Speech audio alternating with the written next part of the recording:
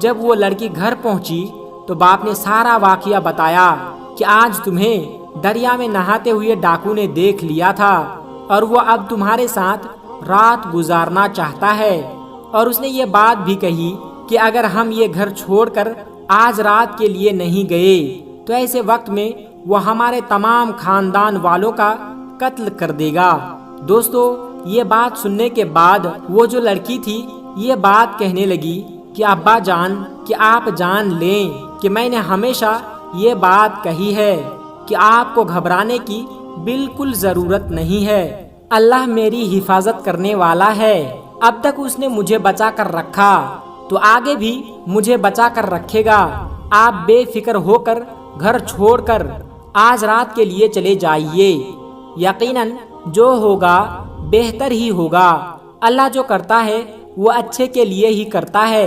دوستو، باپ نے جب اپنی بیٹی کی یہ باتیں سنی تو ایسے وقت میں وہ اپنی بیٹی کو اللہ کے بھروسے چھوڑ کر وہ گھر سے باہر نکل آیا۔ آپ کو بتا دوں کہ جب رات کا وقت آیا تو ایسے وقت میں ڈاکو لڑکی کے گھر پہنچا، اور پہنچنے کے بعد جب وہ لڑکی کے قریب پہنچنے لگا تو ایسے وقت میں برابر والے گھر میں ایک لڑکی قرآن مجید کی تلاوت کر رہی تھی اور اس کی آواز آنے لگی، جس کا ترجمہ یہ تھا کہ ہے کوئی مجھ سے معافی مانگنے والا، میں بڑا کریم ہوں، میں بڑا رحیم ہوں، میں ہوں بڑا معاف کرنے والا۔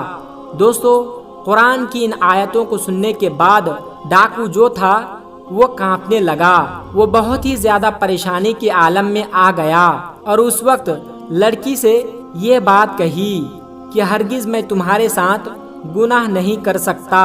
لڑکی یہ بات کہنے لگی کہ ایسی کیا بات ہو گئی کہ تم تو آج یہاں گناہ کرنے کے لیے آئے تھے، لیکن تم کس وجہ سے رک گئے؟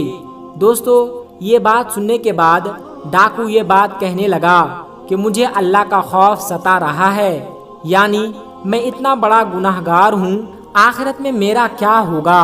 اللہ تو بڑا معاف کرنے والا ہے، میں نے اب تک جتنے بھی گناہ کیے ہیں میں سب سے توبہ کرتا ہوں اور آج کے بعد کوئی گناہ نہیں کروں گا، کسی کا حق نہیں ماروں گا، کسی لڑکی کے اوپر گندی نظر نہیں ڈالوں گا۔ دوستو، یہ بات کہتا ہوا فوراً ہی وہ گھر سے باہر نکل آیا۔ ڈاکوؤں کے ساتھی نے جب ایسی حالت میں دیکھا تو وہ حیران ہوئے اور یہ بات کہنے لگے کہ آپ کو کس چیز کا خوف ستا رہا ہے؟ آپ سے دنیا ڈرتی ہے اور آپ کس سے ڈر رہے ہیں؟ اس وقت ڈاکو کہنے لگا کہ مجھے کسی کا خوف نہیں ہے سوائے اللہ تبارک و تعالیٰ کے، جو بادشاہوں کا بادشاہ ہے۔ میں نے آج سچے دل سے توبہ کر لی ہے، کیونکہ مجھے معلوم ہو چکا ہے کہ اللہ بڑا معاف کرنے والا ہے، بڑے سے بڑے گناہوں کو معاف کر دیتا ہے، اس لیے میں نے سچی توبہ کر لی ہے اور آج کے بعد میں کبھی کسی لڑکی کی طرف گندی نظر نہیں ڈالوں گا اور آج کے بعد کبھی کسی غریب کا حق نہیں ماروں گا۔ دوستو، اتنا سوچنے کے بعد اس کے دل میں یہ خیال آنے لگا کہ اللہ تبارک و تعالی مجھے کیوں معاف کرے گا؟ میں نے تو غریبوں کا حق لوٹا ہے، تو تمام جتنے لوگوں کا میں نے حق لوٹا ہے ان سب کا سامان واپس کر دینا چاہیے۔ اور یہ بات سوچتے ہی سب سے پہلے اس کے دل میں ایک یہودی تجارتی کا خیال آیا اور سب سے پہلے اس یہودی تجارتی کے پاس پہنچا۔ جب یہودی تجارتی نے ڈاکو کو دیکھا تو یہ بات کہنے لگا کہ اب یہاں پر کیوں آئے ہو؟ سب کچھ تو تم لوٹ کر لے کے گئے ہو، اب کیا مجھے بھی لوٹ لے جاؤ گے؟ تو اس وقت ڈاکو کہنے لگا کہ ہرگز نہیں، اب میں تمہیں لوٹنے کے لیے نہیں آیا ہوں، بلکہ جو میں نے تمہارا سامان لوٹ کر لے گیا تھا وہ تمام سامان واپس لوٹانے کے لیے آیا ہوں۔ میں نے سچے دل سے توبہ کر لی ہے، کیونکہ اللہ تبارک و تعالی بڑا کریم ہے، بڑا رحیم ہے، وہ سب کو معاف کرنے والا ہے۔ میں نے جو گناہ کیے ہیں میں اس پر شرمندہ ہوں، اس لیے تمام سامان لوٹانے کے لیے آیا ہوں۔ دوستو، یہ جو یہودی تھا وہ فوراً ہی یہ بات کہنے لگا کہ میں تمہیں تبھی معاف کروں گا کہ جس وقت تم میرا سامان لوٹ کر لے جا رہے تھے۔ تو اس وقت ڈاکو کہنے لگا کہ ہاں، مجھے بتاؤ کہ وہ کون سی بات ہے جس سے تم مجھے معاف کر سکتے ہو۔ دوستو، اس کے بعد اس یہودی نے یہ بات کہی کہ سامنے جو ٹوکری رکھی ہوئی ہے اس کے اندر سونے کی اشرفیاں رکھی ہوئی ہے، وہ اشرفیاں لے کر آ جاؤ۔ تو دوستو، آپ کو بتا دوں، وہ جو ڈاکو تھا وہ فوراً ہی ٹوکری کے پاس گیا اور اس ٹوکری سے جا کر وہ سونے کی اشرفیاں جو تھا اس کو لے کر آ گیا۔ دوستو، جیسے ہی اس یہودی نے سونے کی اشرفیوں کو دیکھا تو یہ بات کہنے لگا کہ میں بھی کلمہ پڑھ کے مسلمان ہونا چاہتا ہوں۔ یہ بات سننے کے بعد ڈاکو جو تھا وہ بڑا ہی حیران ہوا کہ بھلا ایسے کیا بات ہو گئی کہ تم تو یہودی ہو تو تم کیوں مسلمان ہونا چاہتے ہو؟ ایسی کیا بات ہو گئی، مجھے بتاؤ۔ دوستو، تو ایسے وقت میں یہودی کہنے لگا کہ دراصل آخری نبی یعنی پیغمبر حضرت محمد صلی اللہ علیہ وسلم نے ارشاد فرمایا تھا کہ اگر کسی شخص سے اللہ تبارک و تعالی راضی ہو جائے اور وہ اس وقت سچی توبہ کر لیتا ہے تو اگر وہ شخص مٹی کو بھی چھو لے تو مٹی بھی سونا بن جاتی ہے۔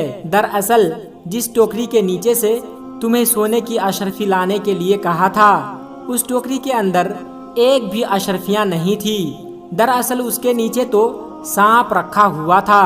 میں یہ جاننا چاہتا تھا کہ اگر تمہاری توبہ قبول ہو چکی ہے تو وہ جو سانپ ہے وہ سونے کی اشرفیوں میں تبدیل ہو جائے گا، اور اگر تمہاری توبہ قبول نہیں ہوئی ہے تو ایسے وقت میں وہ سانپ تمہیں ڈس لے گا۔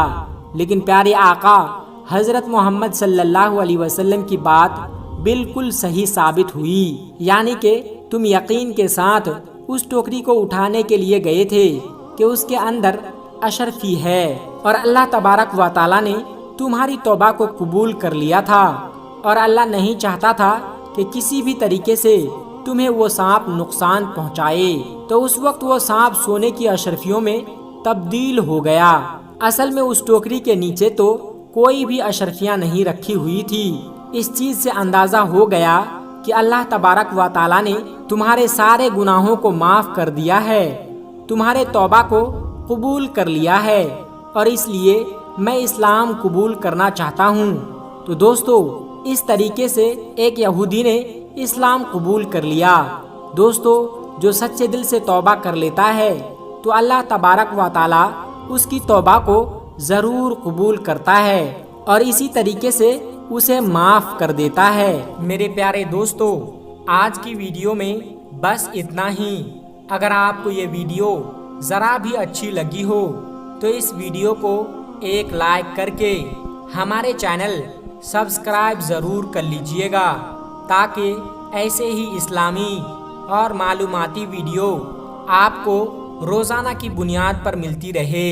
اور ہاں دوستو، ویڈیو کو شیئر کرنا مت بھولیے گا، کیونکہ حدیث پاک میں واضح طور پر یہ بتائی گئی ہے کہ دین اسلام کی باتوں کو دوسروں تک پہنچانا صدقہ جاریہ ہے۔